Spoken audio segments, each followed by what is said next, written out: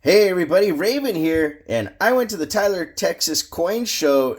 This happened. Look at this, ladies and gentlemen.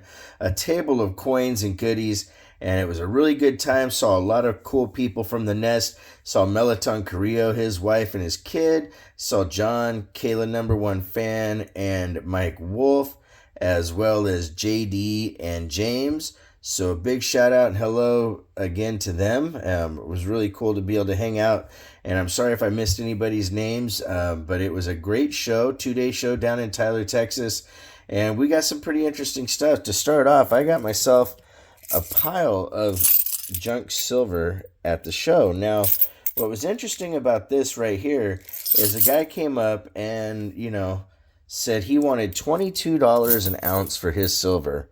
And I said, well, actually, it works out when you buy junk silver and you sell it by a dollar a face, and you would get $20 per face. And he said, no, I want 22 per ounce.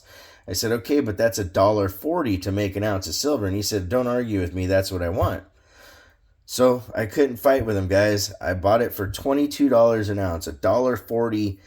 And, that kind of blew my mind that he left that much money on the table. But hey, sometimes you don't argue with the customer, and that's what he was. He was a customer. I was buying from him, and he got what he wanted. He got his 22 an ounce, and I got a killer deal on junk silver. I picked up a 1938 Denver from an older gentleman that came to the table, and he said he only wanted $20 for it. I looked it up, and I knew it was a key date, but I don't know all the prices offhand. And $20 was actually a phenomenal deal, even though that is a pretty worn out coin. He was happy with it. That's what he said he wanted, so that's the deal we made.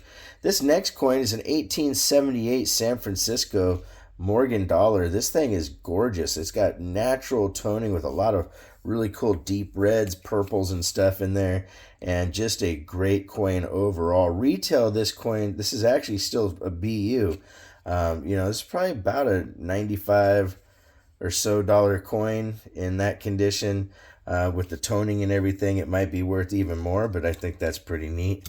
We got ourselves 3 barber quarters. We have a 1916 Denver in really nice condition, a 1914 Denver, and a 1909 Denver, all in beautiful condition. And those range from about $25 to $40 depending on the condition and where they're at as far as what's in that group. But I was asked by somebody, could you give us prices of what you think things are worth? So I'm going to do my best to guess what a lot of this is versus just getting a gray book and having to do the math for you, because I kind of have a good idea what things go for. Next item up, ladies and gentlemen, is a 1918S U.S. Philippines PCS slabbed and certified at a AU58. That is a really nice coin. You don't see a lot of graded Philippine coins at the shows. This coin right here is probably worth about $55-$60, give or take, maybe a little less. It depends on the market and the demand at that time, but Philippine coins are really cool. This next one, ladies and gentlemen, 1896, 1 Geo AS Mexico, RS over ML. So there's a lot of stuff going on in this coin that is kind of interesting, but I had to pick it up because it is a gorgeous coin. I'm not sure if I'll be letting this one go or not. You never know, it might show up in the high roller auction. But this coin right here, probably worth about $175 to $200 to the right person. This next coin I actually bought off of James, who came to the table, and I really just liked it. I think it was a cool coin. I like Canadian stuff, as you know, and this one will go in my personal collection just because I thought it was cool. I paid $35 for that. I think either $35 or $30, I forget. Next coin up, 1939 Denver Merc. Kind of a better year for Merc dimes, and this one's probably worth about $20-$25. MS63 NGC slabbed and certified. I got a couple 1923 and a 1922 Peace dollars, PCS slabbed and certified at MS62s, and these are about $60 or so a piece. You might see them as high as about 70 on some dealers' tables. You just never know.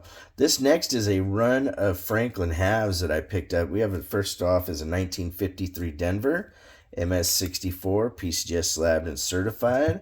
Then we have a 1955 Philly. I believe the 55s are the ones that have the vampire Bugs Bunny teeth a lot of times.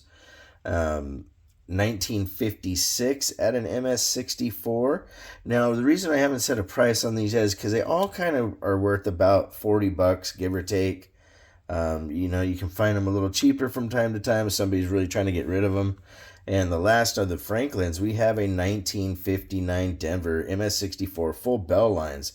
Now, when you have the full bell line designation, that makes the coin worth a little bit more than the other ones. I'd probably say that's like a $50 coin, give or take, for full retail. All right, next item coming up is from JD. We did a trade for this. This thing is pretty cool. This is the 2021 Type 1 and Type 2 American Silver Eagle set, PCGS slabbed and certified at MS70s. Now, in this one, I did a trade. I had one of those NGC bag coins, the ones that had the little piece of bag material in there, and he wanted that Morgan. He wanted a different Morgan a little bit more, but he was willing to settle for that one. And so we did a straight trade across. These go for about $160 to $200, but I've seen them as low as $140. It just really depends on who's selling it and trying to get rid of it. This one has a cool label to it and everything, and I really like this set. This will probably stay in my stack because I don't see them set up this way very often. So big shout out to JD. Next one up, 1885 MS63 Prooflight PCGS slabbed and certified. Really cool coin to have in your collection. Anytime you get a Prooflight designation, that bumps it up quite a bit. This coin is probably worth about $185 to $200 retail, and really happy to have that.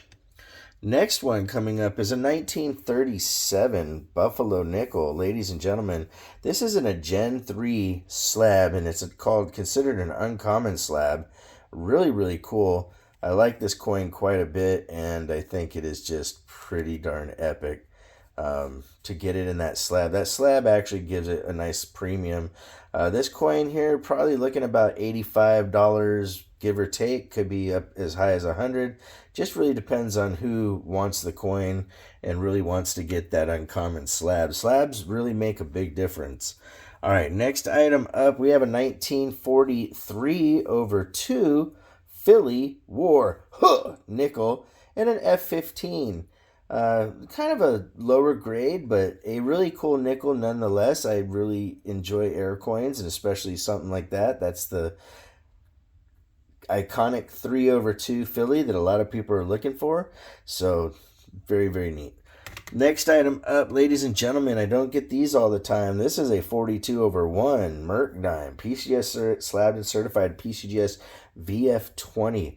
This coin right here in this condition is probably anywhere between $550 to $600 or so, depending on the dealer and who's selling it and whatnot. But I would say a decent, strong estimate is about, like I said, about $550 would probably be where a lot of shops would be on that. Last but not least, I saved the best in my mind, not price-wise, or value-wise, but ladies and gentlemen, Top Pop 1956 Type 2 Franklin half, NGC slabbed and certified at a Proof 69 star. That is absolutely amazing, and I'm actually considering sending this into NGC because this coin is Cameo, and it doesn't say it on the slab, and if that got that Cameo designation on top of it, not only would it be Top Pop, it'd be even more special with the Cameo and worth a lot of money. In this current condition right here and whatnot, I think this coin could easily go for about $450, maybe $500 to the right collector, because this is something you just don't see every day. If you want to correspond, it's ravenhawkcoins@gmail.com. Our P.O. Box is 721-296, Norman, Oklahoma 73070. Like always, please make sure to take care of one another, and we'll see you real soon. Ravenhawk Coins, have a great day.